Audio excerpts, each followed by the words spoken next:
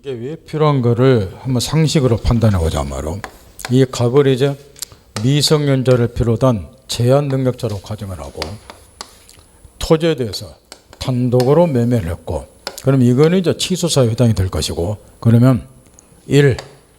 미성년자가 아직 성년자에게 되기 전, 그러니까 능력자가 되기 전이란 거죠. 성년자가 돼야지 능력자입니까? 성년자가 되기 전, 능력자가 되기 전이라도 지문을 잘 보고 골라야 돼요.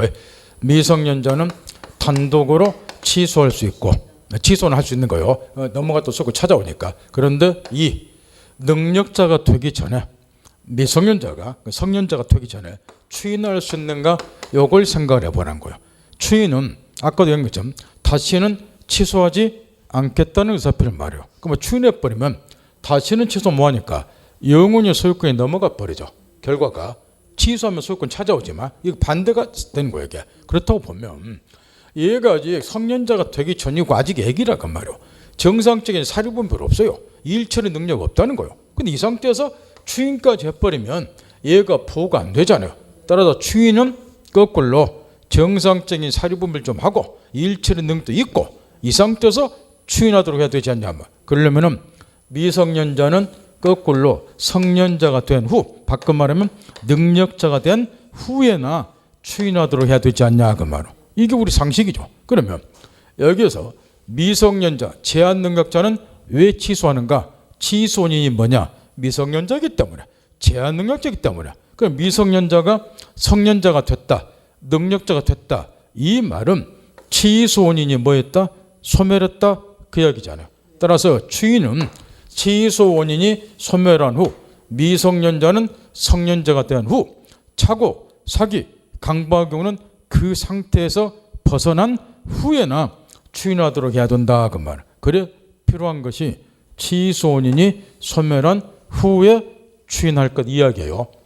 물론 피성년 후견인, 피한정 후견인, 요 제한 능력자하고도 마찬가지니까 얘네들은 능력자가 되려면 뭐가 필요한가요?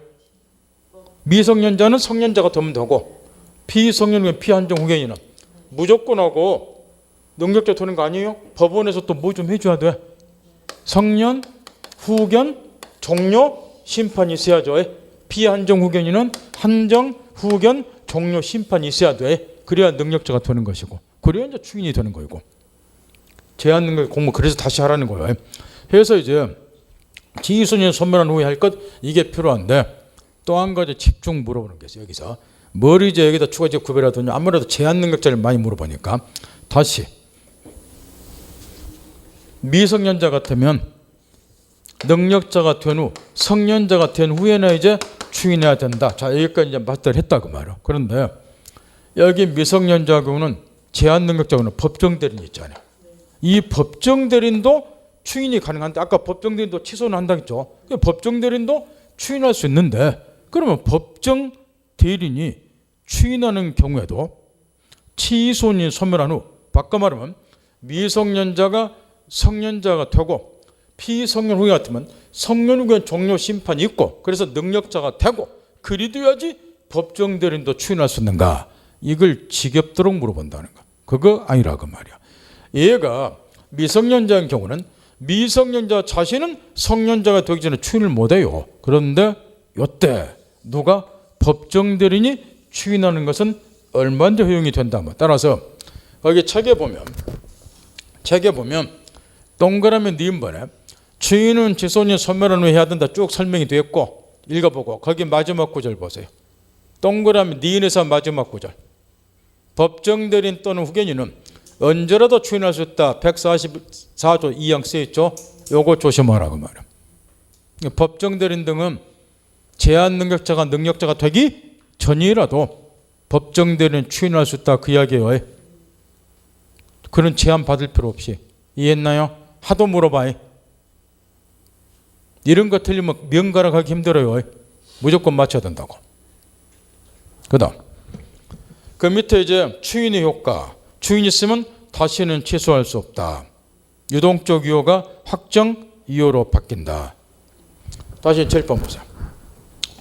지금 이제 민법상 추인이 이제 끝냈는데 오늘 여러분 집에 가서 깨우쳐야 될 게요. 민법상 추인을 갖고 노는 건데 민법상 추인은 민법에 규정이 되어 있는 추인이다 그 이야기요. 요 세 가지 것이 민법 추인인데 요 세 가지가 다 시험에 쏟아 나온다는 거예요. 그런데 우리 저 중개사 시험도 자꾸 난이도가 높아지다 보니까 옛날에 이 민법상의 추인 범준에서 시험 출제를 했는데 최근에 들어와서는 민법에는 규정이 안 되어 있고 우리 판례가 인정하고 있는 추인이 또 하나가 있어. 판례가 인정 추인이 요것까지 이제 재작년부터 출제가 되고 있단 말이에요. 책을 몇 페이지로 돌리냐면 111페이지 펴세요. 111페이지로 돌리시라고. 111페이지 보면 동그라미 3번 밑에 동그라미 3번을 보세요. 무권리자 처분의 추인이 나와 있죠. 잤나요? 그에 관한 판례가 그 밑에 2017년 6월 8일자 판례 또 뒷부에 넘기세요. 또 2017년 6월 8일자 판례 그 연결된 판례가 뒤에 따로 쓰였는데 이 판례예요. 이 판례가 나오자마자 2018년도 중개사 시험부터 나오기 시작했는데 이게 무권리자의 처분행위에 대한 권리자의 처분인데 이게 무권리자의 처분행위에 대한 권리자의 추인을 말하는데 요거는 민법에 규정이 안 되어 있어요.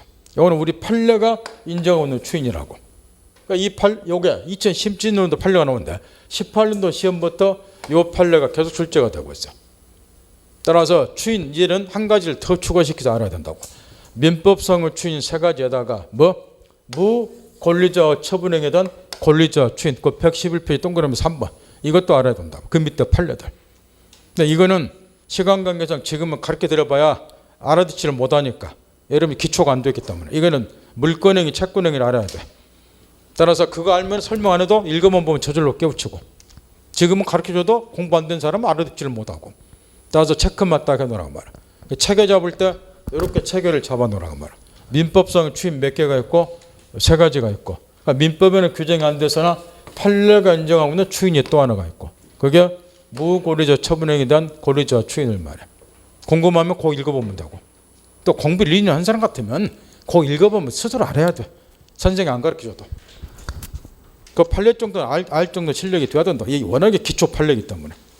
그 다음 다시 뒤로 돌려서 마지막에 이제 취소한 법률행위 추인해서 한 가지 걸 깨우치고 넘어가자 말이요. 마지막으로 취소할 수 있는 법률행위가 한 가지 문제점이 있다는 거. 그게 뭐냐 그러면 이런 게 문제점이에요. 다시 하게요. 취소 해제와 더불어서 추인 정도만 갖고 놀면 명가라 간다고 내가 노래를 불러요. 추인은 완벽하게 자유자재로 갖고 놀 수 있도록 정리가 되어 있어야 된다고. 자유자재로. 추인만큼은. 더불어 요것까지도. 그러면 취소할 수 있는 법률행위의 문제점이 뭐느냐. 이 갑의제 편의상 취소권자로 가정을 하고 토지 매매를 했다 치자 그 말이요. 그러면 취소하느냐 마냐는 것은 취소권자의 자유예요. 1. 만약에 취소를 안 했다. 그럼 이 계약은 그대로 유효해요. 그러면 상대방이 권리 취득이 가능해요. 이렇게. 그 다음에 거꾸로 2. 얘가 이제 취소를 했다 그 말이요. 그럼 이게 처음부터 무효로 돌아가요. 그러면 상대방은 권리 취득 못 한다는 거. 결국 취소권자의 취소 여하에 따라서 상대방의 법적 지위가 달라져. 특히 취소권은 형성권이에요. 취소는 단독행위고. 그러니까 얘가 취소하냐 마냐 하는 것은 일방적으로 의사표시하면 되는 거야. 얘 의사는 개입될 여지가 없고. 근데 이자의 취소 여하에 따라서 상대방의 법지가 달라지니까 하나만한 소리, 저번 주에도 가르쳐준 소리. 상대방은 불안정한 지위에 놓인다 그 말. 그 우리 법 스토리가 딱 정해졌어. 항상 이런 불안정한 지위에 놓게 되는 상대방은 보여주거라 이런 제도를 두고 있단 말. 이때마다 민법책에 늘어져 있는 곤란을 저번 주에 가르쳐줬어. 그게 뭐였나요? 입도 떴다 쓰냐 물어봐라. 최고권이죠. 최고권은 이럴 때 인정이 되는 거야 이렇게. 최고권이 그래서 나오는 거 민법 교재 여기저기에 저번 주에 가르쳐줬잖아 묵건들이 할 때.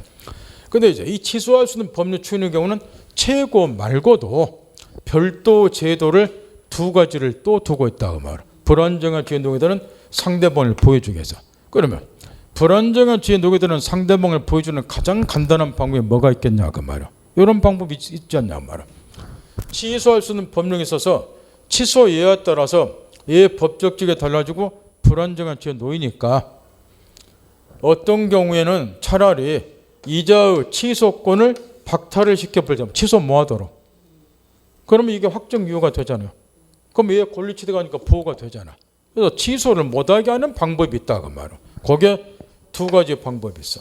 첫째, 145조 법정 추인 제도하고 여기 145조고, 그 다음에 두 번째, 앞에서 종종 한 번씩 내가 가르쳐 줬는데 취소권의 단기 소멸이다 그래서 제척기간, 취소권은 일정 기간 내에 행사하라 146조. 그러면 법정 추인은 뭐하는 제도고 취소권의 단기 소멸은 뭐하는 제도길래 요게 취소할 수 있는 법령이 있어서 불안정한 추이에 누게되는 상대방을 보호하게 한 제도로 이야기하는가. 여기 법정 추인이라고 하는 것은 취소권자가 추인의 의사표시는 한 적이 없어요. 추인의 의사표시 한 적은 없다고 말이야. 그런데 법이 정한 일정한 사유에 해당되는 행위를 하면 그 행위 속에 추인의 의사표시가 당연히 포함된 것으로 간주를 해본다고 말이야. 그럼 다시는 취소를 못하게 돼요. 그럼 역으로 취소 예가 못하니까 상대방은 보호된다, 이런 논리라고. 예를 들면 지금 이 토지에 대해서 1억 원에 매매했다 치고 매도인 값을 편의상 취소권자라고 가정을 하자. 그렇게 매매대금 1억 원이고, 그러면 이 취소권자 값은 소유권 이전을 채무 부담하고 거꾸로 대금 지급 채권 가질 것이고, 반면에 얘는 대금 지급 채무를 부담을 할 거라고 말이야. 이때 이 취소권자가 추인한다는 의사표시는 한 적이 없는데 뜬금없이 자기가 부담하는 채무를 이행을 하더라고. 소유권 넘겨주더라고 말이야. 감 잡았나요? 말로 넘겨줄 것 같아요? 취소하면 넘겨줄 필요 없잖아. 그러니까 넘겨줬다는 것은 뭐 할 생각이 없으니까, 취소할 생각이 없으니까 넘겨줬겠죠. 거꾸로 얘가 대금을 지급했더니 얘가 이의 없이 수령하더라고 말이야. 원래 취소해버리면 대금 못 받죠? 그럼 이 대금을 이의 없이 수령했다. 왜? 취소할 생각이 없으니까.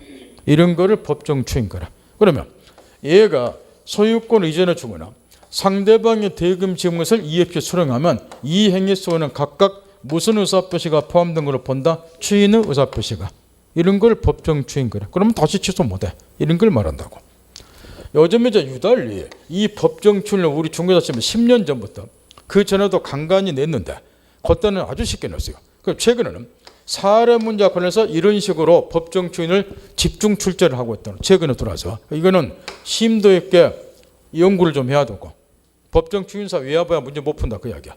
그 다음에 취소권의 단기 소멸은 146조 취소권의 존속기간, 권리의 존속기간을 제척기간 그러는데 취소권의 존속기간을 일정 기간으로 제한을 해버리자면, 그래서 이 146조를 하도 물어본다고 저번 주도 한번 가르쳐 줬는데 법률행위 한 날로부터 10년, 추인할 수 있는 날로부터 3년 이내에 취소권 행사하라고 말이야.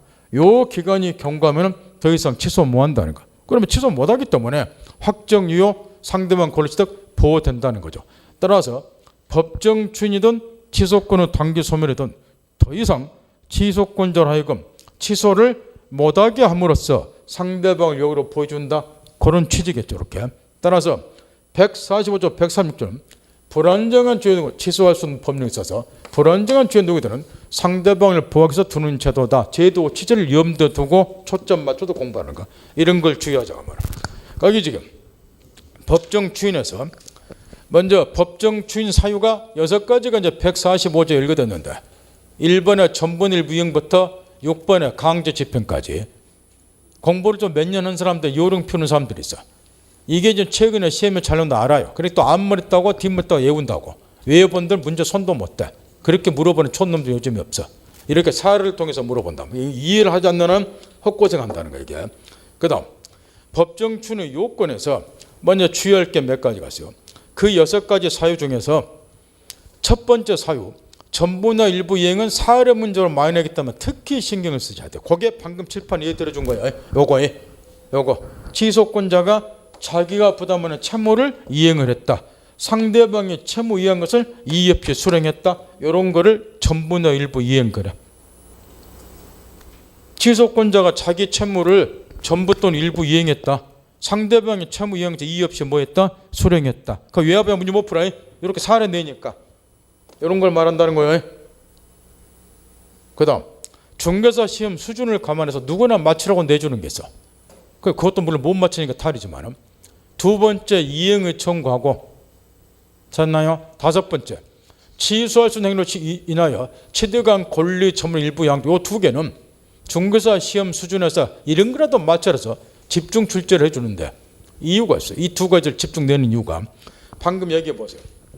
방금 예에 들어준 전분의 일부 이행 같으면 취소권자가 자기가 부담하는 채무를 이행을 하든 상대방이 채무 이행한 것을 수령하든 다 법정 추인이 돼. 취소권자가 하든 상대방이 하든. 그런데 이행을 청구하고 취소할 수 있는 행위로 인해서 취득한 권리 처분의 일부 양도는 오직 누가 하는 것만 법정 추인이 되느냐? 취소권자가 하는 것만. 따라 상대방이 이행 청구한다든가 이런 거는 법정 추인이 안 된다는 거야. 그래서 이건 누구나 맞추라고 내주는 거야. 이게 상식적인 이야기인데 다시 칠판 보세요. 여기 칠판을 보시라고. 이 경우에 이 취소권자가 지금 갑으로 해놨는데 얘가 얘한테 1억 원 대금 지급하라. 대금 지급 청구를 했어요. 이런 게 이제 이행 청구라고 말이야. 그러면 왜 대금 지급 청구했냐? 취소할 생각이 없으니까. 이게 이행의 청구인데 취소권자가 이행 청구는 법정 추인이 돼. 취소할 생각 없으니까 이행 청구 쓰고. 그런데 상대방이 이행 청구했다. 이런 것 좀 틀리지 말아요. 예? 정말 쪽팔리다고 생각하셔야 돼. 이런 거 틀리면. 상대방이 이행 청구했다. 이렇게. 여기서 상대방 이행 청구하는 건 소유권 넘겨달라 그 이야기죠. 요거는 추인한다는 거 아무 상관없잖아. 안 그래요? 요거는 법정 추인 안 되잖아. 얘가 소유권 청구한 거. 취소권자는 얘잖아. 얘가 대금지급 청구, 이행 청구하는 거 취소할 생각 없으면 했겠지만 상대방 쪽에서 소유권 넘겨달라 이행 청구하는 거는 취소하지 않겠다는 거하고는 아무 상관없잖아요. 이런 걸 왜 틀리냐고 이게. 공짜로 맞추라고 주는 건데. 알아듣나요? 요거 하고 그 다음 다섯 번째 거 취소할 수 있는 행위로나 취득한 권리 전문 일부양 다 칠판 사례를 그대로 놔두고 얘가 지금 취소권자라고 말이요. 여기서 취소할 수 있는 법률 행위는 요 매매를 말하겠죠. 그러니까 요령 표지 말고 짚어 이렇게. 취소할 수 있는 행위는 요거잖아. 그러면 취소권자가 이 매매로부터 취득한 권리는 1억 원짜리 대금 채권. 그러면 이 1억 원짜리 대금 채권, 채권은 양도 가능하기 때문에 이 채권을 1억 원 전부 병에게 양도했다. 일부 7천만 원 양도했다. 왜 양도했을 것 같아요? 만하나 얘가 계약을 취소해버리면 대금 채권 없어지죠. 근데 이 매매로부터 취득한 대금 채권을 양도했다는 거는 나 앞으로 이 계약을 뭐 할 생각 없으니까 취소할 생각이 없으니까 양도했잖아요. 법정 추인이 돼. 근데 뭘 조심하는 거? 요 상대방이 취득한 권리 소유권, 이전 청구권, 채권이죠. 요걸 양도하는 거는 취소하지 않겠다는 거 아무 상관이 없잖아. 이해할 수 있겠나요? 따라서 이행의 청구하고 취소할 수 있는 행위로 취득한 권리 처분의 일부 양도 두 개는 중개사 수준의 시험에서 특히 많이 물어본다는 거. 왜? 하도 이런 걸 어렵다고 하니까 누구나 맞추라고. 특징은 취소권자가 하는 것만 법정 추인이 되고 상대방 쪽에서 요 두 가지 행위를 하는 것은 법정 추인하고는 전혀 상관이 없다는 거예요. 이거라도 좀 알고 가시라고. 나머지는 공부가 좀 된 상태에서 별로 시험에 안 물어보니까 중개사 시험에서는 된 상태에서 살펴보라고. 그 다음에 또 하나 있어요. 123페이지 제일 밑에 봐보세요. 동그라미 니은번. 아까 얘기해 보세요. 지금 취소할 수 있는 법률의 추인이 있죠. 그 다음에 지금 법정 추인이 있죠. 우리 민법에. 요거는 취소권자가 추인의 의사표를 하는 경우를 말해. 요거를 145조 법정 추인하고 구별하기 위해서 굳이 기억할 필요는 없지만 이거를 통상의 추인, 통상 이렇게 표현한다. 이렇게. 통상의 추인 또는 임의 추인 이런 식으로 표현해요. 요거는 추인 의사표를 하는 경우야. 굳이 이런 것까지 기억 안 해도 되지만 그 대신 법정 추인은 요거는 취소권자가 추인 의사표를 한 적이 없지만 법이 정한 일정한 사유에 해당되기만 하면 당연히 그 행위 속에 추인 의사표가 포함된 것을 간주하는 자가 법정 추인이라고. 그 대신 효과는 똑같아요. 저기 통상의 추인이든 법정 추인이든 다시는 뭐 못한다, 취소 못한다, 요거는 똑같다. 그러니까 요건도 똑같다.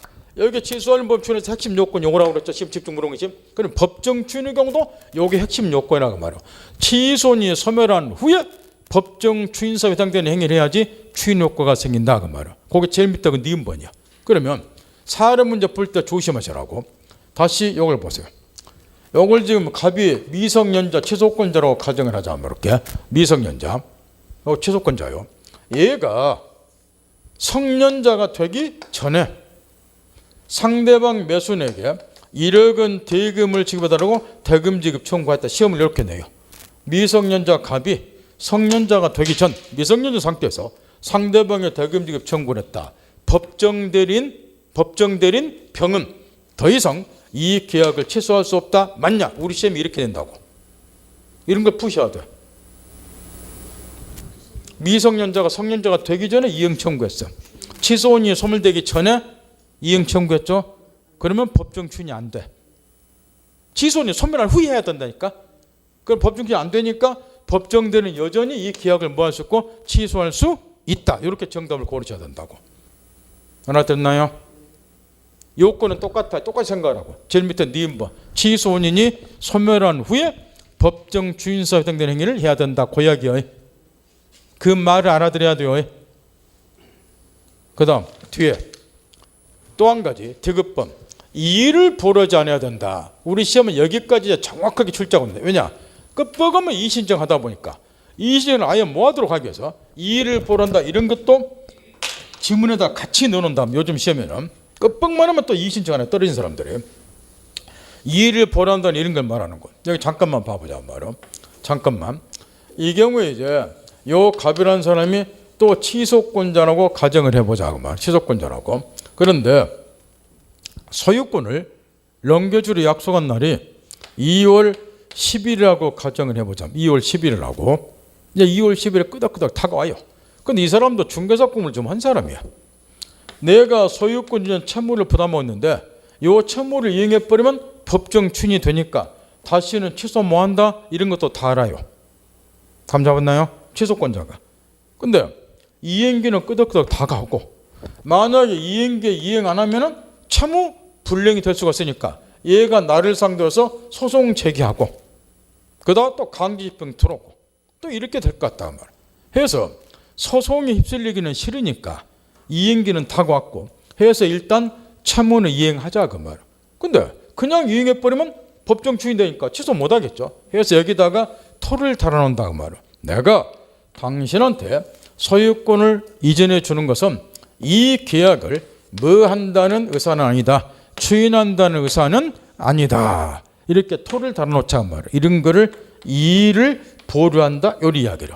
그럼 이렇게 이의를 보류하고 해서 법정 추인사에 해당되는 일 하면 설사 소유권 이전 채무를 이행했다 하더라도 법정 추인이 안 된다. 그 말이야. 여전히 취소할 수 있다는 거. 따라서 법정 추인이 되려면 그 반대로 이러한 이의를 보류하지 않고서 법정 추인사에 해당되는 행위를 해야 된다. 요 이야기야. 우리 시험은 여기까지를 정확하게 지문에다 표기를 하죠. 요즘에는 하도 이신청을 많이 하기 때문에 이거를 잡다하니 써놓은 것이 곧 디귿번이라 그 말이에요. 그러니까 이의를 보란단 말이 무슨 말인지 알아듣겠죠. 따라서 정리정돈.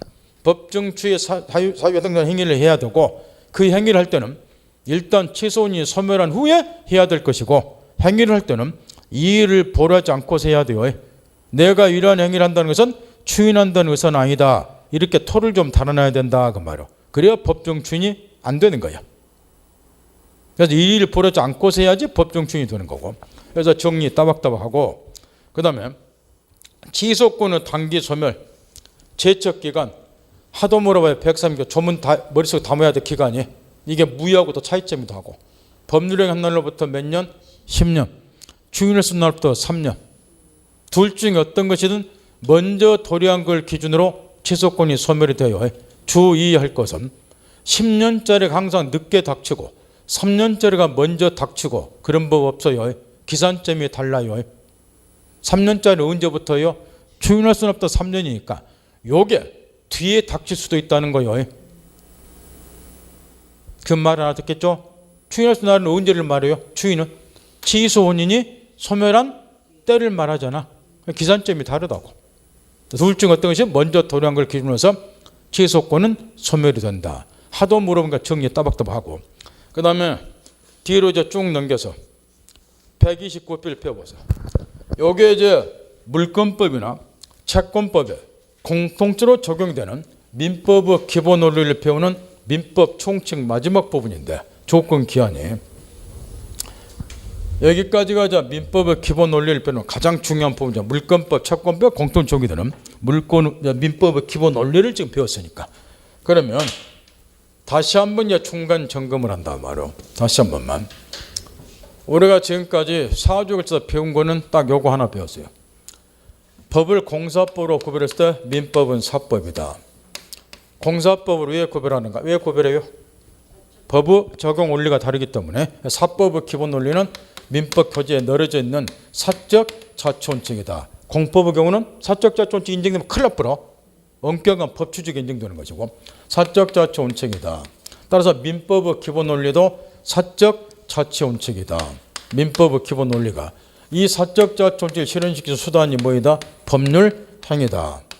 따라서 일면식도 없는 사람 사선 주로 계약과 같은 법률 행위가 오인되어서 법률 효과 발생, 권리 변동이 일어난다. 민법은 실체법이니까 목표 요거 하나 배운다. 특히 중개사 민법은 동시에 법률 행위가 중개부 대상이기도 하기 때문에 특히 중개사 민법에서는 법률 행위가 더 중요하다. 다만 법률 행위가 오인돼서 권리 변동이 일어나면 법률 행위가 성립되고 효력 요건도 갖춰야 된다. 우리는 효력 요건을 집중 공부를 했고 이게 끝나고 나니까 그 다음에 뭐를 배웠다?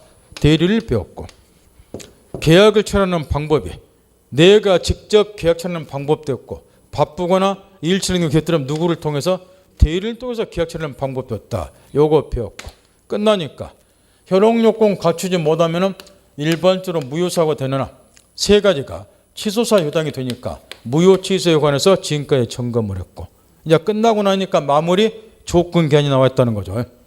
그러면 이 조건 기한은 왜 나왔느냐 그 이야기야. 이것도 사적 자존과 관련이 있어. 여기 보세요. 사적 자존을 실현시키는 수단이 법률 행위고 대리의 사회적 기능 임의 대리는 사적 자체를 뭐하고 확장, 법정 대리는 사적 자체를 보충해주는 사회적 기능을 담당을 하고 그러니까 대리는 사적 자체를 실현시키는 수단 법률 행위 안에서 대리가 허용이 되고 이걸 저번 주도 가르쳐줬고 그 다음에 여기 조건 기한은 그러면 뭐 때문에 나오게 됐느냐. 민법이자 기본 원리 마지막 부분 이것도 사적 자치 원칙하고 관련이 있다. 그 말. 지금까지는 우리가 민법 공부를 이걸 전제하고서 민법 공부를 했던 지금까지는 예를 들어서 가까이 두 사람 사이에서 아파트 한 채를 증여하기로 약속을 했다. 그러면 증여계약이 성립이 됐다. 물론 이런 요건 다 갖춰 성립되겠죠. 성립되면 즉시 증여 효력이 발생. 계약이 성립이 된 즉시 효력이 발생이 된다. 이걸 전제하고서 우리가 민법 공부를 한 거예요. 매매계약 성립다 바로 권리의무 생기잖아. 이 말까지 듣겠나요? 이렇게 공부했잖아. 근데 사적 자치원칙에 입각해서 당사자는 법률행위의 내용을 자유롭게 정할 수 있잖아. 그러니 이렇게 하는 것도 당사자 자유다 그 말은. 예를 들어서 이 갑이 을이 이뻐. 엄청 이뻐요. 왜 이쁘냐고 묻지 말아요. 그냥 이쁜 거예요. 감정상 문제니까. 해서 아파트 한 채를 증여를 하고 싶다 그 말할게요. 그러면 이 갑이 그냥 단순하게 증여를 하든 그러면 바로 효과가 생기겠죠. 아니면은 이 사람이 중개사 공부를 하다 보니까 열심히 공부하는 취지로 앞에다가 이렇게 당신이 네가 중개사 시험에 합격하면 아파트 증여할게. 조건을 붙여서 합격함과 동시에 증여 효력 발생 아파트 주도로 가든 이것도 이 사람은 자유지 않냐 그 말이에요. 따라서 여기 조건 기한이자 민법의 기본 원리 마지막에 튀어나오는 이유는 사적 자치 원칙에 입각해서 당사자는 법률행위 내용을 자유롭게 정하다 보니까 계약이 성립된과 동시에 즉시 효력이 발생을 하든 아니면은 법률효과 발생을 장래의 일정한 사실에 의존토록 하든 이것도 당사자 뭐이다? 자유다 그 말. 그 사적 자치 원칙 때문에 이 조건 기한이 보너스 개념으로 나온 거라 그 말. 그러니 당연지서로 출제 비중은 극히 낮아요. 이거는 보너스 개념이니까. 따라서 한 문제, 최근에 들어서는 한 문제도 안 나온 경우가 있었지만 그럼에도 불구하고 민법은 어느 부분이 출제 비중이 낮다 그래서 통째로 덜어내버리면 그 다음 거 공부 못해요. 다 연결이 됐기 때문에. 따라서 조건 기한은 시간이 없기 때문에 필요한 거 개념하고 조건은 종류 몇 가지만 가르쳐 줄 거니까 나머지는 여러분이 공부를 하셔야 돼. 바로 물권법 공부를 좀 해야 되니까 들어가서 먼저 조건부 법률형이 있어서 첫 번째로 단답식 물어볼 때 조심해야 될 게 있다. 그게 뭐냐 그러면은 하나만 물어보자면 저번에 이미 다 가르쳐 줬지만 갑이 을에게 네가 중개사 시험에 합격하면 아파트 한 채를 증여할게. 흔히 말하는 조건부 증여를 했어요. 조건은 장래 돌아올 것이 불확실한 사실에 의존하면 조건이 되겠죠. 장래 돌아올 것이 확실한 사실에 의존하면 기한일 것이고 생활상조 다 하는 이야기고. 그러면 이 경우에 합격하면 증여할게. 자, 계약 법률행위는 성립은 됐다, 성립도 안 됐다. 딱 3주 지나고 나서 머리가 옛날로 돌아가 보네. 눈치가 빨라서 5점만 먹고 들어간다고 해도 무조건 성립됐다고 대답을 했잖아요. 에? 우리는 성립한 걸 전체 효력요건 배운다니까 미법 시간에 또 잊어먹었다고 또 잊어먹었어. 그런 게 이런 것도 틀리고 나오는 거예요. 성립은 됐잖아. 그 대신 효력이 지금 발생이 안 되잖아요. 언제 효력이 발생이 돼요? 합격해야지 효력이 발생이 되잖아요. 그래서 조건부 법률에서 시험에서 단답식으로 무지 물어본다니까. 조건의 성취는 성립 요건이 아니라 무슨 요건이다? 효력 요건. 성취돼야지 증여로 생긴다. 근데 이런 거를 모든 법률행위 말고 조건부 법률에서만 특별히 요구되는 효력 요건이라 그래서 이런 걸 무슨 효력 요건? 특별 효력 요건 이리 이야기한단 말이야. 특별 효력 요건은 시험에 자주 나온다는데 가르쳐 줬잖아요. 다시 눈으로 확인.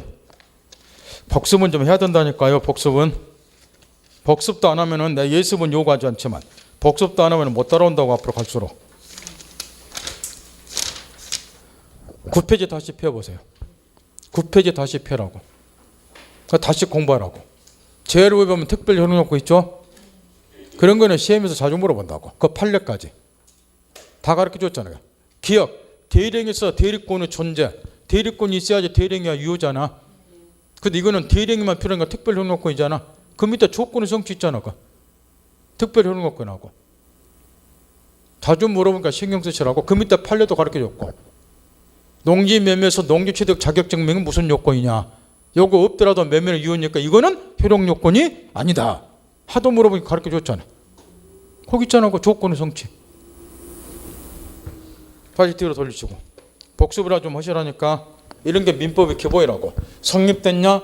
효력 요건 갖췄냐? 이거 공부하는 것이라고 이게 민법이. 따라서 이제 조건부 법률행위도 법률로서 이미 성립은 돼 있고 다만 효력 발생이나 효력 소멸을 장래에 돌아올 것이 불확실한 사실에 의존한다. 따라서 이런 것들 조심하자면 개념에서 거기 지금 제도 취지에서 129페이지 제도 취지에서 네 번째 줄 봐보세요. 사적자 존치사 마땅히 인정돼야 된다. 뭔 말인지 알아듣겠죠? 사적자 존치계약에서 계약의 내용을 당사자가 자유로이 정하니까 조건계한 붙이는 것도 당연히 인정이 된다. 그 이야기예요. 그 다음 민법 규정 밑에 1번 조건 장래 불확실성에 의존한 것이 조건이다. 도래학 확전사실에 의존하면 기한이고 뒤에 제2절 조건에서 거기 판례에서 첫 줄 그거 물어보면 답방점 맞고 나온다는 거예요. 조건은 자 여기에 맞는가 한번 해보세요. 말을 또 바꾸면 더 금방 빵점 맞고 나와. 참 기가 막힐 일이야. 조건이라 하면 법률행위의 성립 여부를 장래에 돌아올 것이 불확실한 사실에 의존하는 것이다. 맞는가 이렇게. 그러면 공부 못한 사람들은 딱 이것만 쳐다봐. 불확실한 사실에 의존한다? 맞네? 조건이니까. 근데 여기 아니고 여기에 잘못돼 있어. 성립 여부가 잘못돼 있잖아. 이미 성립은 돼 있다니까. 이걸 뭐로 바꿔야 돼요? 효력 발생 또는 효력 소멸로 바꿔야죠. 효력 요건이니까. 이 말 알아들어요? 성립은 돼 있다니까. 효력 요건은 방금 가르쳐 줬잖아. 성립 여부가 아니라 뭐 효력 발생 또는 효력 소멸 여부를 장래 또는 불확실한 이렇게 해야지 맞다. 그 첫째로 그거 있잖아. 효력 발생 또는 효력 소멸 이렇게. 성립 아니에요. 그거 조심해야 된다고. 개념에서. 그 다음 또 한 가지. 우리가 앞에서 노래를 부른 것이 이거였어요. 의사표시. 법률의 핵심 요소는 의사표시라고 말이에요. 근데 의사표시 아시다시피 하나의 의사표시가 성립되려면 이게 필요하죠. 내심에 들어있는 의사가 하나 있어야 되고, 근데 내심에 의사가 들었다고 해서는 의사표시가 안 되죠. 이걸 상대방 할 수도 외부에 표시를 해줘야 되니까. 그래서 내심에 들어있는 실제 의사하고 이 의사를 상대방 할 수 있도록 외부에 표시 주는 거하고 결합이 되면 하나 의사표시가 되는 거예요. 이게 의사표시의 기본이죠. 따라서 여기 조건의 경우도 의사표시에 관한 기본 원칙이 그대로 적용이 돼요. 따라서 아무리 내가 조건을 붙이겠다는 의사를 1000만 번 가지고 있다고 하더라도 이거를 상대방이 알 수 있도록 외부에 표시하지 않는 한 조건이 될 수가 없다는 거예요. 그러니까 단순한 동기에 불과한 거예요. 그래서 의사표시에 관한 일반 원칙이 똑같이 적용이 된다. 정리 따박따박하고. 그 판례 뒤에 있잖아. 2003년 5월 14일 쓰고 뒷구절 있잖아. 정리 따박따박 하세요. 외우는 거 아니에요. 이런 거는. 앞에 2주 동안 노래를 부르셨잖아요. 의사표시가 말하는 거를. 그 다음 법적 성립 다시 한번 보자. 동그라미로 또 써놨어요. 성립에 관한 것이 아니다. 조건은 이미 성립은 됐다는 거죠. 동그라미 2번. 실현 여부가 객관적으로 불확실한 사실이어야 된다. 동그라미 3번. 조건이 되려면 당사자가 지 맘대로 임의로 부과시켜 놓은 것이어야 된다. 그 다음 밑으로 내려가서 조건의 종류. 정기조건, 해제조건. 정기조건, 해제조건 모르면 민법공 못해요.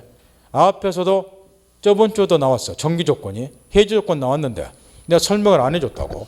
그거 그때 하고 있으면 또 시간 낭비야. 따라서 조건에서 나오니까 정기조건, 해제조건이 여기서 야물딱지가 완벽하다시피 이해를 하고 넘어가야 된단 말이야. 이 정기조건하고 해제조건은 이 자체가 저 시험에도 나오겠지만 이걸 모르면 다른 것 공부할 때 엄청나게 애를 먹어요. 정기조건, 해제조건 한 마디 여기서 튀어나오기 때문에 이 정기조건과 해제조건은 이런 식으로 구별하면 돼요. 조건이 집중해야 돼요. 성취됐을 때 법률형 효력이 발생이 되는가 또는 효력이 소멸되는가 요걸 확인해 보라는 거예요. 조건이 성취됐을 때 효력이 발생이 되면 무슨 조건이야? 정지 조건이고, 효력이 소멸이 되면 무슨 조건이고, 해제 조건이고. 해제가 뭐예요? 해제. 법률을 소급에서 소멸시키는 거잖아. 그러니까 소멸되니까 무슨 조건으로 명칭 붙였겠지. 해제 조건이라고. 따라서 이것만 확인해 보라면 발생되냐 소멸되냐. 발생하면 정지 조건, 소멸하면 해제 조건. 이렇게. 따라서 이거를 이제 완벽히 갖고 놀아야 된다. 이건 모르면 앞으로 공부할 때 엄청 먹어요. 따라서 연습을 지금부터 해본다면 책에 보면 이 정조건, 해제 조건이 중요하기 때문에 사례를 좀 몇 개 써놓고 이래야 되는데 연습을 좀 해야 되니까 책에 그런 게 없기 때문에 지금부터 연습을 좀 해본단 말이에요. 먼저 이런 경우 갑이 을에게 네가 공인중개사 시험에 합격하면 아파트 한 채 사주겠다, 증여하겠다. 이거는 무슨 조건인가요? 조건이 성취되면 증여 효력이 발생이 되죠. 따라서 무슨 조건? 정기 조건. 근데 공부 못하는 사람은 또 이렇게 예쁜다. 사람을 미치게 만드는 거야.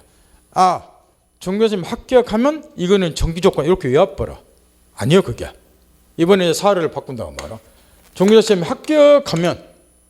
합격하면 생활비 지급을 중단하겠다. 이렇게 바꿨어요. 무슨 조건이다? 이번엔 똑같은 합격하면이지만 이번은 해제 조건이야. 왜냐? 이 조건이 성취가 되면 지금 생활비를 지급하고 있는 거야. 왜? 네가 중개사 공부하니까 일 못하니까 합격할 때까지 생활비는 주겠다는 거야. 근데 합격하면 더 이상 줄 필요가 없으니까 합격하면 생활비 지급을 중단했다는 거예요. 따라서 지금 생활비를 지급하고 있는데 합격하면 지급이 효력이 소멸, 중단하니까 효력이 소멸되니까 이건 해지 조건이라고 말이야. 그러니까 요걸 외우면 안 된다고 말이야.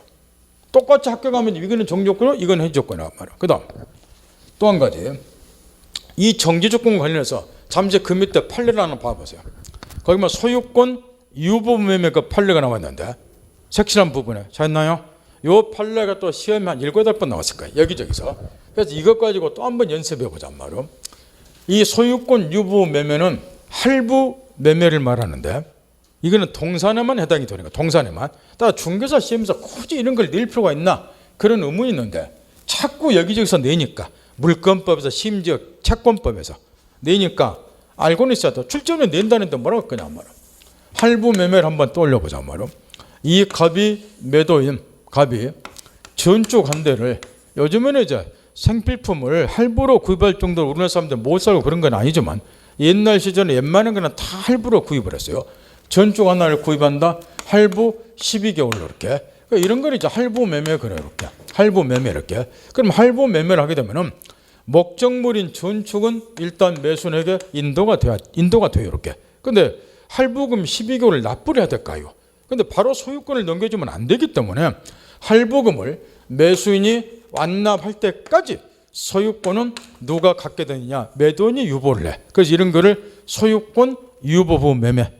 할부금을 안 납부할 때까지 목적물에 대한 소유권은 누가 갖는다? 매도인이 갖는다. 그래서 소유권 유보부 매매를 간다고. 할부 매매를. 그러면 여기서 이제 소유권을 언제 넘어갔느냐? 보세요.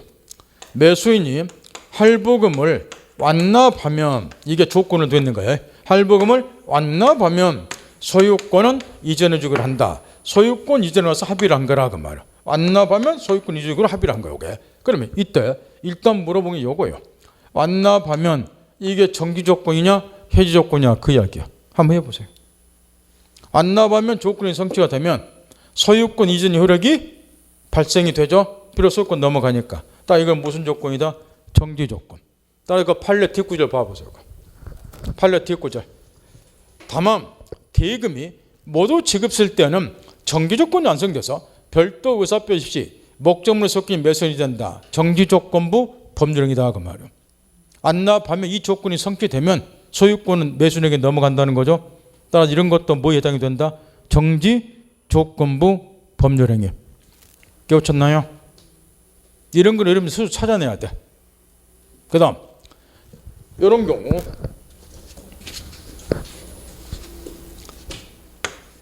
이런 거는 어떻게 하면 될까요? 중개업 할 때 이런 건 필수적으로 필요해. 그래야 옆에 중개업자는 내가 돈을 더 버니까 사기 안 치더라도. 우리라는 사람이 주택을 건축하기 위해서 토지를 매수를 하는데 주택을 건축하기 위해서 토지를 매수하는데 이 매수는 걱정이 하나가 있어요. 나는 땅 사고 건물 짓고 전 재산을 여기다 투자한다고. 근데 걱정이 하나 있어. 혹시라도 관할관청으로부터 건축 허가를 못 받을까 봐 어쩔 수 없는 매수인 입장에서 항상 이게 걱정이 된다고. 그러면 중개업자한테 물어봐. 여기다 내가 토지 매입해서 그 주택을 건축하려고 그러는데 토지가 받을 수 있는 건 모르겠어. 그러면 대부분 중개업자 무식한 애들이 이렇게 이야기를 해. 이 양반아 그 옆집에다 전원주택 짓고 살잖아. 그럼 뭐 걱정해. 이렇게 대답해. 이런 애는 돈 못 벌어. 여러분 같으면 이런 애한테 의뢰해요? 에? 여러분이 의뢰요. 전 재산 투자 토지 매입 주택 건축에 노후 대비로. 근데 허가 못 받을까 봐 지금 걱정이 되는데 전원주택 짓네. 전원주택 특히 이런 게 중요하기 때문에. 그래서 중개업자는 뭐 하는 소리가 이 양반아 그 옆에도 전원주택 짓고 살잖아. 뭐 걱정해. 이런 새끼는 돈 못 벌어. 이 사람은 걱정을 보듬어 줘야 돼. 계약서에다가 딱 한 줄만 쓰면 돼. 쓰세요. 어떻게 쓰면 될 것 같아요? 걱정을 붙들어 매주자고 말해. 그래야 돈 벌어. 그 걱정을 붙들어 줘야지 계약서 써가서 그래야 거래가 빨리 성공하고 수수료 받을까요? 이렇게 하면 되겠지. 매매는 일단 하되 수수료 받아야 되니까. 혹시라도 관할관청으로부터 건축허가를 받지 못하면 매매는 무효로 한다. 이렇게 한 줄 쓰면 되잖아. 계약서 뒤에다가. 그 말이 무슨 말이요? 일단 매매하시라 그 말이야. 성사되면 수수료 일단 받으니까. 그 대신 당신 걱정대로 관할관청에서 건축허가를 받지 못하면 매매는 무엇으로 한다? 무효로. 그럼 허가 못 받으면 무효니까 안 사도 되잖아. 포근하게 계약 성사되잖아. 이 말 알아듣나요? 그럼 이제 묻는다 말이야. 조건 이런 것도 실무에 써먹자고 배우는 거니까. 써먹자고 복공부해. 뭐 안겨자고 복공부하는 게 아니고. 계약서에다가 이제 건축허가를 요거 쓴다는 거죠. 건축허가를 받지 못하면 매매는 무엇으로 한다? 무효로 한다. 이렇게 한 줄 쓰자는 거 이렇게. 자, 시험에서 이걸 묻는다 말이야. 허가를 받을지 안 받을지는 앞으로 잘 몰라. 조건인데 이 조건이 무슨 조건이냐 고르세요 이야기야. 허가를 받지 못하면 책이 없어. 허가를 받지 못하면 매매는 무효로 한다. 이게 무슨 조건이에요? 정지 조건이다, 해지 조건이다? 해지 조건이죠. 성취되면 효력이 없어지잖아. 이런 게 해제 조건부 법률행위야. 이렇게 한 줄 써라 그 말이야. 해제 조건. 허가받지 못하면 조건 성취 무효잖아요. 매매가 효력이 없어지잖아요. 해제 조건. 그렇잖아요. 그 다음에 저번 시간에 설명 안 하고 넘어온 거 다시 이제 검토한다 말이에요. 몇 페이지로 돌리냐 그러면은 저번에 토지거래 허가제 관련해서 114페이지 펴보세요. 제일 위에 올라가세요. 원래 토지거래 허가공개 소유한 토지를 관할관청 허가 없이 매매하면 허가받을 때까지 유동적 무효라고 그랬죠. 그런데 경우에 따라 확정 무효가 되는 경우는 있는데 특히 확정 무효가 되는 경우는 시험에서 엄청 물어본다. 저번 주에 가르쳐 드렸어요. 유동적 무효인데 확정 무효가 되는 경우니까. 그 중에 하나가 위에 동그라미 3번이죠. 설명 안 해줬어. 바로 뒤에 조건 배울 때 한번 보자고. 거기 뭐 토지거래 허가 전에 거래 계약이 정기조건부 계약이 이렇게 돼 있잖아. 정기조건 모르면 이 판례 해결 못해. 찾았나요? 그러면 이 사건은 이제 이런 건데 그냥 공부 못한 사람은 그 정기조건 단어만 외우고 문제 풀라 그래. 그래갖고 사를 내면은 빵점 먹고 나와. 사람 환장해 버리겠어. 그냥 보고 있으면. 먼저 이 사건이 이제 이런 사건인데 농지에 대해서 이제 매매를 하는 사건인데 농지에 대해서 이 을원회가 이거를 자격 목적으로 매입한 게 아니라 이걸 매입해서 일단 공장을 건축할 목적으로 농지를 매입해요. 그럼 현재 상태에서는 공장 못 지어. 전용 허가를 받아야 된다고. 농지 전용 허가를 나중에 공법 시간에 배우겠지만 그래서 이제 농지 매매를 하면서 매수인이자 매도인한테 요구를 했어요. 나는 농사짓기 한 게 아니다. 공장 지을 목적이다. 그럼 농지 전용 허가를 받아야 된다. 근데 허가 못 받으면은 전용 허가 못 받으면 이거 매입할 이유가 없잖아요. 따라서 이제 조건을 붙여놓은 거라고 말로. 농지 전용 요 허가를 받을 거를 조건으로 해서 농지 매매를 했다 그 말할게. 농지 전용 허가를 받을 거를 조건으로 해서 농지 매매. 그러면 농지 전용 허가를 받으면 매매 효력이 발생한다 이 이야기지.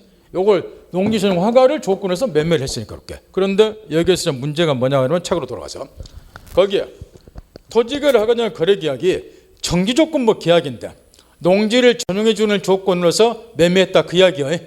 그 이게 무슨 조건이 일단 전용해 주는 걸 조건으로서 매매했다. 이 조건이 성취되면 매매 효력이 발생되니까 이게 정기조건이다 그 이야기예요. 요게 농지를 전용해 주는 것을 조건으로서 매매했다. 그럼 이 조건이 성취되면 매매 효력이 발생, 내가 사겠다 그 이야기야. 전용허가 못 받으면 안 사겠다 그 이야기고. 그 요게 무슨 조건이 현재 정지 조건이지. 요걸 말하는 거예요. 그 다음에 읽어보자 말로. 거래 계약이 정지조건부 계약 경우에서 정지 조건이 토지거래 허가를 받기 전에 이미 뭐로 확정이 되었다? 불성취로 확정이 됐다. 그러니까 관할관청 허가를 받기 전에 농지 전용 허가를 받을 수 없다는 것이 확정이 돼버렸다 그 말할게. 관할관청은 토지거래 허가를 받기 전에. 그럼 보세요. 농지 전용 허가를 받는 것을 조건으로서 매매를 했어요. 정지 조건에서. 이거 받아야지 매매 유효. 내가 산다 그 말이야.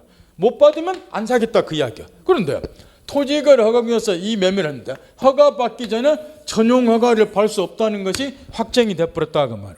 그럼 이 정기 조건을 성취할 수 없다는 게 확정이 됐다는 거죠. 절대 농지다 보니까 예를 들면. 그러면 나중에 관할관청 허가 받더라도 이 계약이 유효가 될 일이 있어요 없어요? 없잖아. 왜? 요 정지조건 성취돼야지 매매는 효력을 발생하는데 허가 받을 수 없다는 거 확정이 돼버렸어. 전용허가 받을 수 없다는 것이. 그러면 이 계약은 이미 뭐로 돌아간 거예요? 확정 무효로. 허가 받아 본들 유효가 될 일이 없다는 거예요. 그러니까 이런 경우도 무슨 무효로 본다? 확정 무효. 따라서 뒷구절 보세요. 정지 조건이 토지거래 허가를 받기 전에 이미 불성취를 확정. 이 전용허가 받는 것이 정지 조건이니까 전용허가를 받을 수 없다는 것이 확정이 됐다 그 이야기야. 그 조건을 성취할 수 없다는 것이 확정이 돼버렸으니까 나중에 관할같이 허가 받아본들 계약이 유효가 될 수가 없잖아요. 그러니까 2단계에서 뭐로 돌아간다? 확정 무효가 된다. 그 이야기예요. 농지를 뭐한 것을 전용해 주는 것을 조건으로서 매매를 하였다. 그런데 관할관청은 토지거래 허가를 받기 전에 농지 전용 허가를 받을 수 없다는 것이 확정이 됐다. 그러면 더 이상 허가 받아본들 유효가 될 일이 없으니까 2단계에서 확정무로 돌아간다. 그 이야기야. 그 다음 또 몇 페이지를 한번 펴보냐 그러면은 저기 103조로 돌아가서 또 우리가 앞에서 하나 건너뛴 게 있어. 시험에서 잘 물어봅니다. 그러나 뒤에서 살펴봅시다. 그러고 22페이지 펴보세요. 그 외에 중간에 판례 나와 있죠? 졌나요? 첫 번째 판례 보세요. 제목 눈으로 읽으세요. 부척관계 종료를 해조건은 증여 이렇게 되어 있죠? 이것도 내가 설명을 안 하고 넘어왔다고. 뒤에 조건 배운 다음에 알아보자고. 첫 번째 판례 그건데 부척관계 종료 해조건은 증여기야. 유효냐 무효냐. 이걸 해결할 수가 없어. 해조건이 뭔지 모르면. 다시 7번 보세요. 다시 7번. 정기조건 해조건 모르면은 시험에 잘 이런 것들 해결을 못 한다고. 또 한 번 연습해 본단 말이야.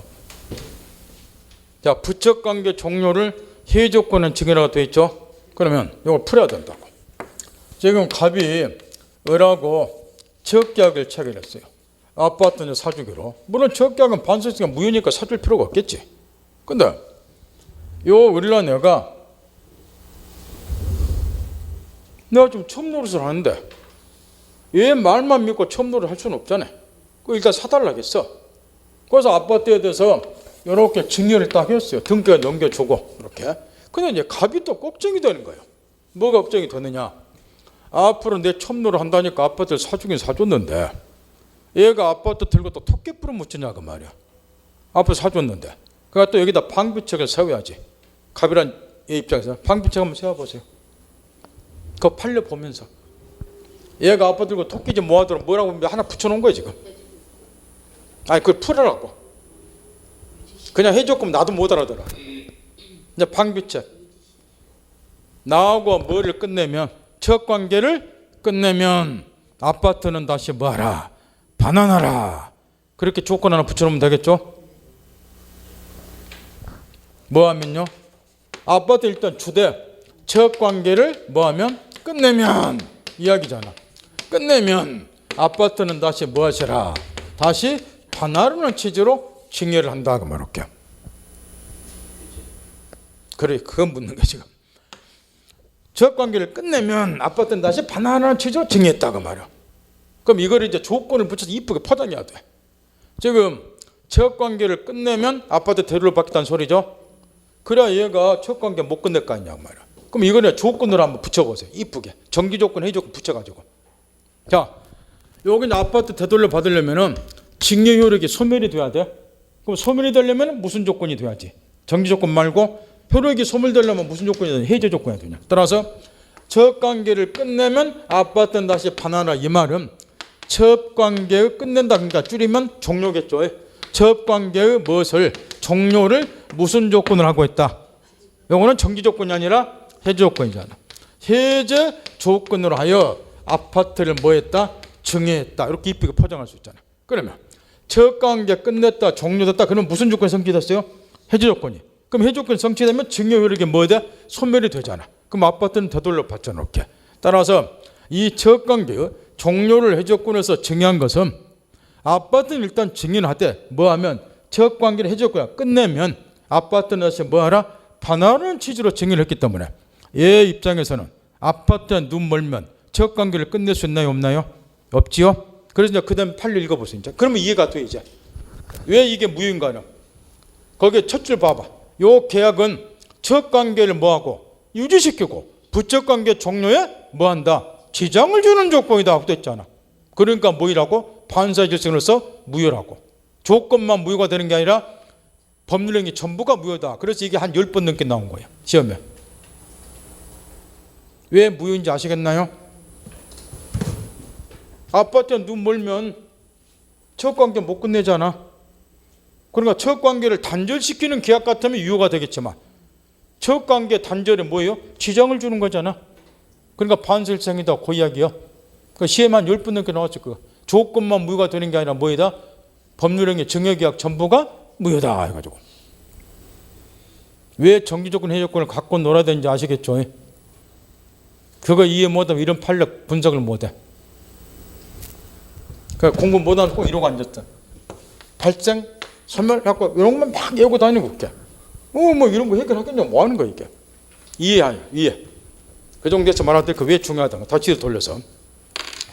그 다음에 이제 가장조건과 관련해서 131페이지에 이 가장조건은 실제로는 이제 외관상으로는 조건처럼 보이지만 실질적으로는 조건을 서로 인정되지 않는 걸 통해 가장조건인데 뒤에서 이 세 가지가 시험에 썰어놔버려.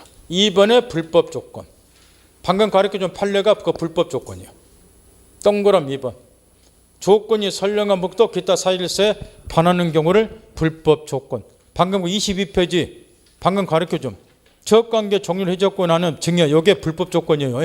시험에서 직업들을 묻는 것이 그 밑에 판례. 뒷구절.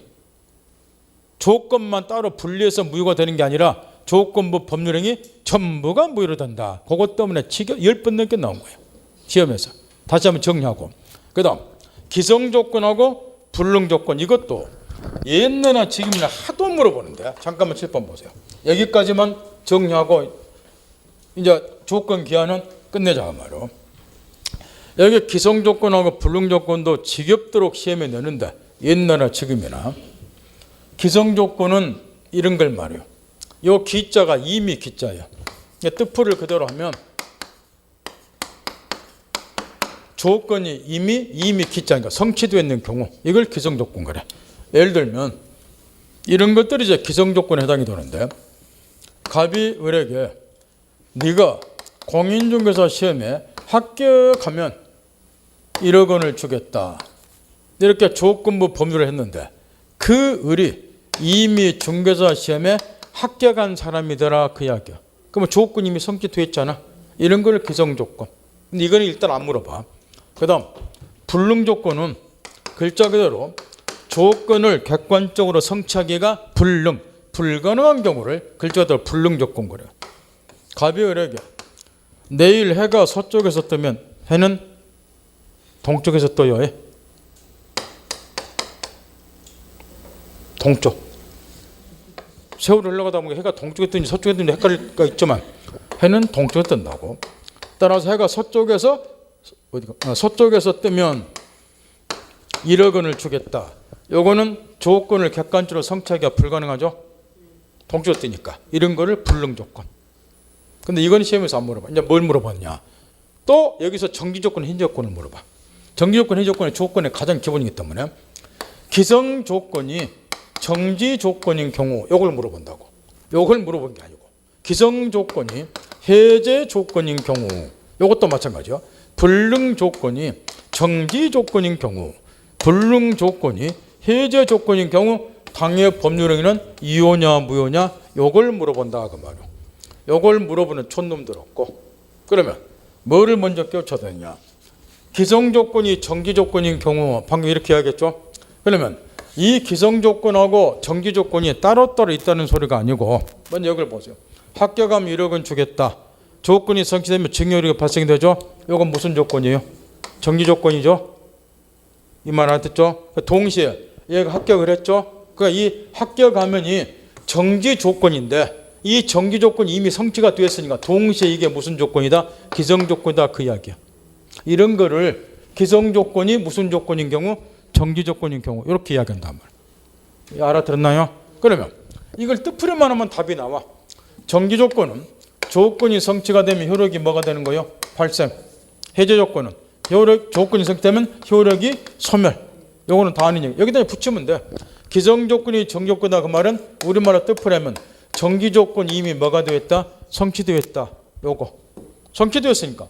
정지조건은 성취가 되면 효력이 발생되잖아. 따라서 기성조건이 정지조건은 정지조건이 이미 성취가 되었기 때문에 효력이 이미 발생 따라서 유효. 효력이 발생이 됐으니까 조건은 필요 없잖아. 따라 이거를 법조문에서는 기성조건이 정지조건인 경우는 조건 없는 법률행위다 이렇게 써놨는데 그 말은 유효다 그 이야기예요. 바로 이 사례에서 이제 풀어보면 얘가 얘한테 합격하면 1억 원 주겠다 했는데 이미 합격했었죠. 그러면 1억 원 줘야 된다는 소리 안 줘도 된다는 소리요? 그렇죠. 줘야 된다는 소리지. 이미 합격을 해버렸으니까 이 정지 조건이 이미 성취돼 있잖아. 그러면 증여 효력이 발생이 되잖아. 그러면 갑이 의뢰게 어휴 당신 욕받네. 언제 합격했을까? 에이 나 모르게 공부해버렸네. 1억 원 가져가 땡 이렇게 될 거라고 말이야.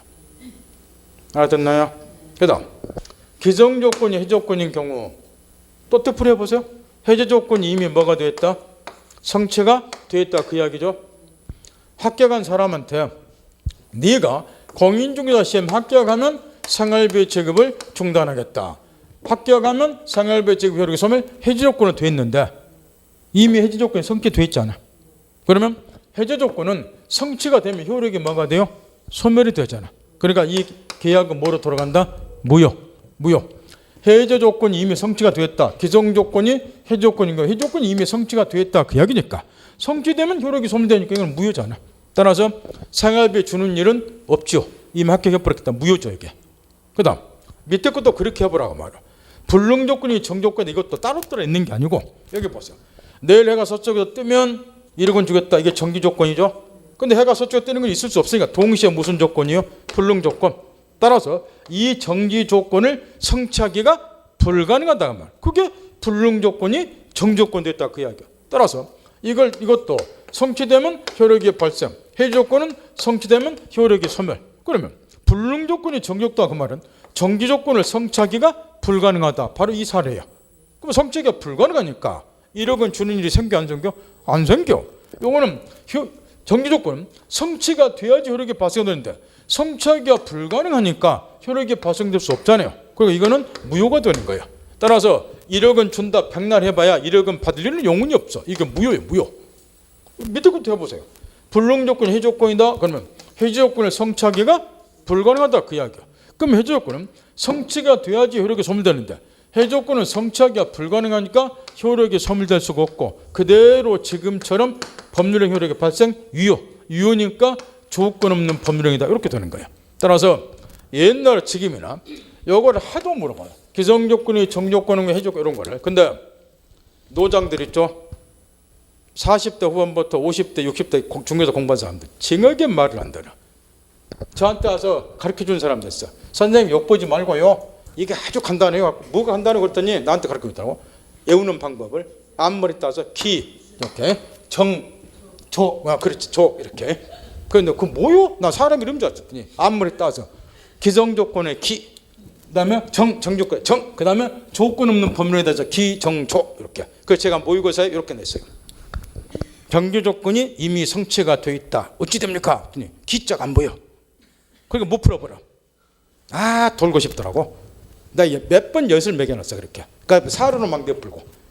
그 다 틀려. 근데도 이걸 안 버리더라고. 기정조, 기해무 막 그러면서 박수 딱딱 쳐가면서. 또 보니까 어떤 민표 선생님이 또 그렇게 가르치고 있더라고. 기정조 박수 4분의 3박자로. 그러니까 4년 거쳐 3년 분할상을 하는 거야 그게. 그러지 마시고 뜻 풀어보면 되잖아. 이거 알았지. 이게 따로 있는 거 아니란 건 알잖아. 그럼 이 똑같은 게 정기조건이면 동의 성취되고 기성조건이요. 그러면 기성조건 종교했다 뜻 풀어 하세요. 정기조건은 성취 효력 발생하니까 정력 이미 성취되어 있다 효력 발생 유효다. 발생됐으니까 조건 필요 없다. 이렇게 하면 되는 거를. 뭘 그러지? 뜻 풀어만 해도 될 거를. 그럼 바로 기정조 기해먹고 박수치고 그러고 있냐고. 그 사람들은 지금도 박수치고 있어. 지금도. 여기까지 조건에서 기본을 알았으니까 공부하는데 별 지장은 없어요. 나머지 여러분이 공부하라고 뒤로 쭉 넘기세요. 이제 지금 그 등기법 들어가셨어요 여러분들? 등기법 2차 과목. 등기법 지금 안 들어갔죠? 우리가 먼저 물권법 공부를 해야 돼. 그래야 여러분 등기법 공부하기 쉬우니까 144페이지로 건너뛰어서 본격적으로 물권법 공부를 좀 집중적으로 하셔야 돼. 등기법 들어가기 전에. 그래서 좀만 쉬었다가 다 지워버려도 돼요. 이런 거 집에 가서 추위는 좀 공부하셔야 되고 추위는요 다 지워버려도 되고 이따가 10분만 쉬었다 하죠.